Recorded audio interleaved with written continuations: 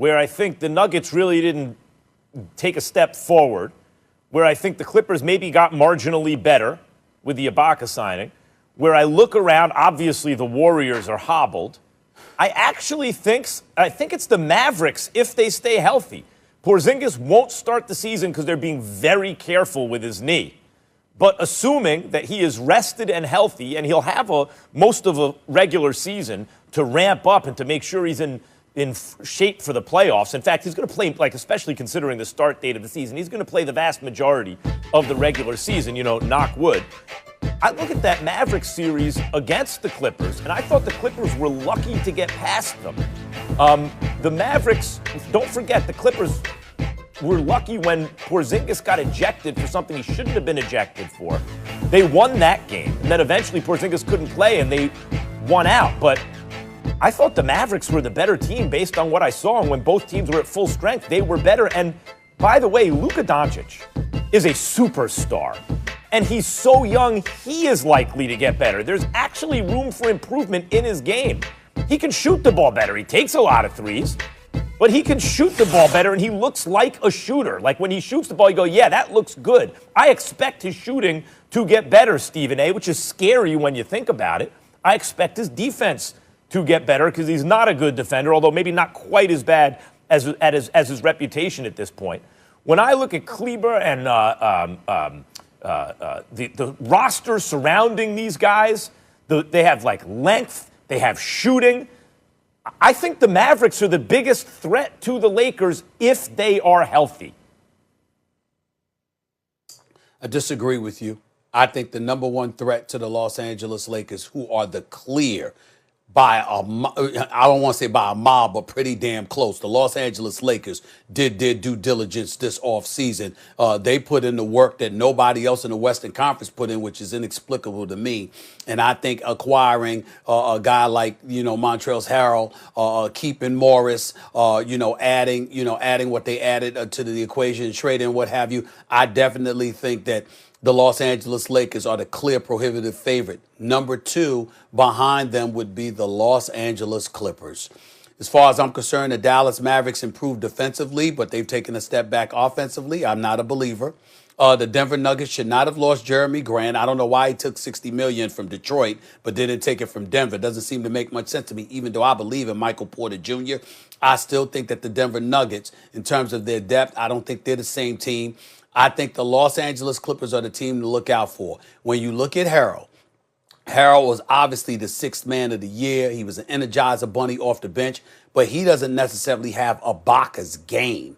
Ibaka's got his size, his height, maybe even a little bit taller. He definitely has a better perimeter shot. He's a better rim protector as well in terms of, blocking shots, if not rebounding.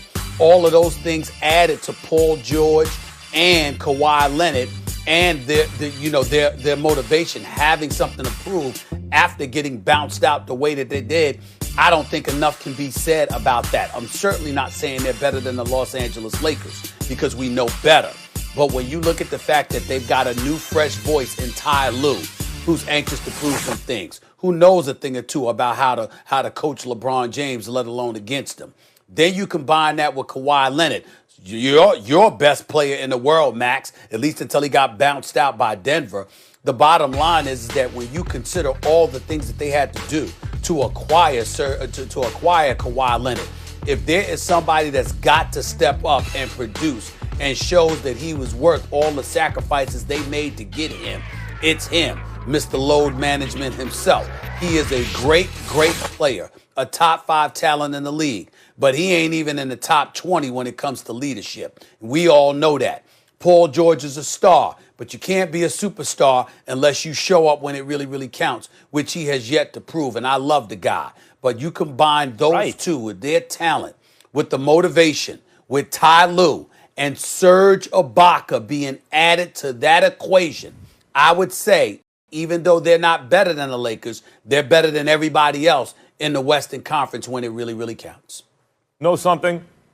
I like the offseason move of picking up Ibaka, especially on the deal they did, but he's not going to fix what you just said, Stephen A. I would be with you on the Clippers if I thought Paul George was a rise to the occasion kind of guy.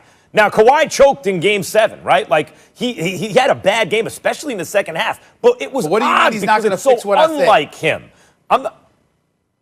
What I'm saying is, when you point to Paul George and talk about becoming a superstar instead of just an all-star, okay, you were the one who made a big deal about him hitting the side of the backboard, right? The acquisition of Serge Ibaka doesn't fix that in Paul George, who's really one of your centerpiece. Like, you have two centerpiece, right, cornerstone guys, Kawhi and Paul George. When I look at the Mavericks and I look at their cornerstone guys, Luka Doncic is a killer. And Kristaps Porzingis, give me Porzingis in the playoffs if he's healthy all day over Paul George, in the playoffs especially. And then I mentioned the supporting cast, guys like Dorian Finney-Smith, right? Like, good, long, they can defend, they can shoot. And they had Josh Richardson, a real 3-and-D kind of wing. They had a good offseason, especially considering it looked like they had limited resources. If they stay healthy, to me, the Mavericks have a top two that stack up with just about anyone. Even if you wanted to say who's the best top two other than LeBron and AD, this upcoming season, I anticipate that's going to be Luka and Porzingis, and they have a deep and effective supporting cast and a real coach. I really think it only matters. The health is really the only question for me. If they stay healthy, to me, that's the team.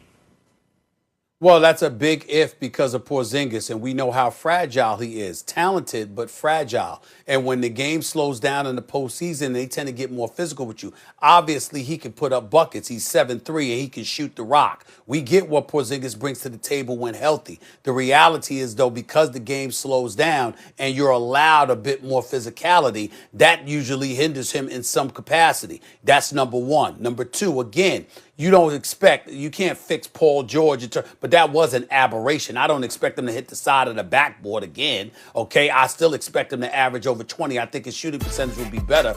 But Serge Ibaka is an upgrade from Harrell, who I love. Love Harrell. But he's not Serge Ibaka on the defensive side of the ball as a rim protector, and he's certainly not Serge Ibaka in terms of the ability to hit those shots. And you got to remember, because Serge Ibaka can hit those shots, he's a guy that's going to get some of those opportunities that Montrezl Harrell never presented. Third, and more important, let's understand this about the game of basketball. If you are not a threat from the perimeter, it allows me as a defense to key even more on the perimeter threats because I don't have to spread my defense but so much, and I'm not compromised because I don't have to worry about Harrell on the perimeter. But I got to worry about Ibaka because not only can Ibaka hit a 15 to 17-foot shot, he can hit threes. And if he can hit threes and he's on the court with a Kawhi Leonard, with a Paul George, with a Lou Williams, I'm sorry, I think that when you look at the Clippers against everybody outside of the Lakers, I definitely believe that the Clippers could easily be the number one threat to the Lakers, especially when you consider the fact that this could be Kawhi and Paul George's last year in L.A. with the Clippers. They got a player option after this upcoming season. Look, I hear your Ibaka point. Him and Morris especially give you power forwards who can shoot the ball and defend. But as I just mentioned, the Mavericks also have power forwards with size who can shoot the ball and defend. And the Mavericks have size, obviously, with Porzingis. And the Mavericks have a superstar who leads in the way that you want Kawhi to lead. You lament the fact that Kawhi doesn't lead the way Luka leads. And, by the way, as opposed to the Clippers, who we know who they have. Kawhi is who he is, and he's great. Paul George is who he is, and he's excellent. They have ascending talent on the Mavericks, and they got better in the offseason. Defensive talent. Stephen A., we just saw these talent, teams not play. offensively. Defensive talent, not offensively. We just who doesn't have offensive talent? Dallas. I said they haven't ascended offensively. They've ascended defensively.